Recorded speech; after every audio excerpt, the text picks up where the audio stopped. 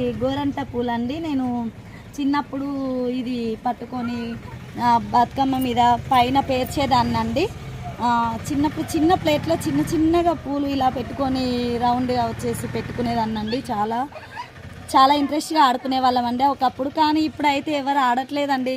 ఏమైనా చీరలు కట్టుకోవడము, గాజులు వేసుకోవడము, ఏది కొత్తది కనిపిస్తే అది కొనుక్కోవడం. చాలా ఒకప్పుడు బతుకమ్మలు అంటే చాలా సంతోషంగా ఆడుకునే వాళ్ళండి. ఇప్పుడు చీరలు చూసుకోవడానికే టైం అంతా సరిపోతుందండి.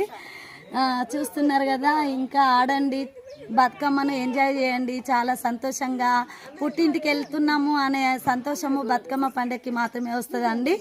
ఈ గోరంట పూలు అనేటివి పైన పెట్టుకుంటే చాలా బాగుంటాయండి. చూపిస్తున్నానండి. ఇంకా ఇందులో కూడా చాలా రకరకాల పూలు ఉంటాయండి. చూడండి, గులాబీ పూలలాగా కనిపిస్తూ ఉంటాయండి. ఇది వచ్చేసి పింక్ కలర్, మెరూన్ కలర్లో కూడా ఉంటాయండి.